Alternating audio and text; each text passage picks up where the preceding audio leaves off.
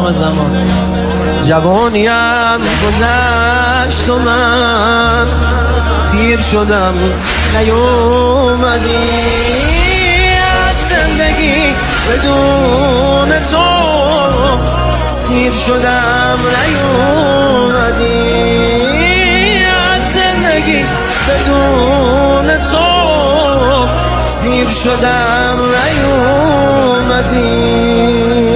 درست بگم تو اومدی، اون که نیومده منم، اون که به خاطر هوس قید تو رو زده منم. یا ابن الحسن کجایی؟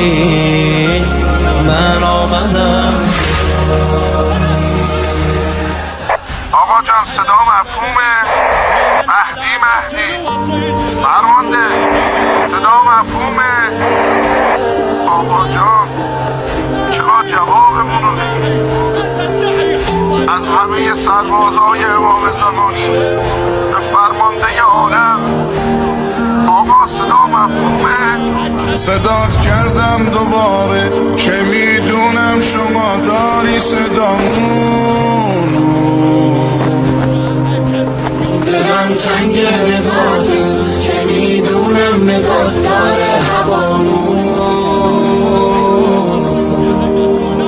دل دنیا بیا همین حالا میام واسه این بغض مظلوم، واسه چشمای محروم، واسه قلبایی که با دیدنت میگیرن آروم. ای آسمانی نام تو افتاده دل در دام تو، دل گشته در راه رخ ماه، نهان از دیدم با عشق چشمان دل و جان ز غم باریدم.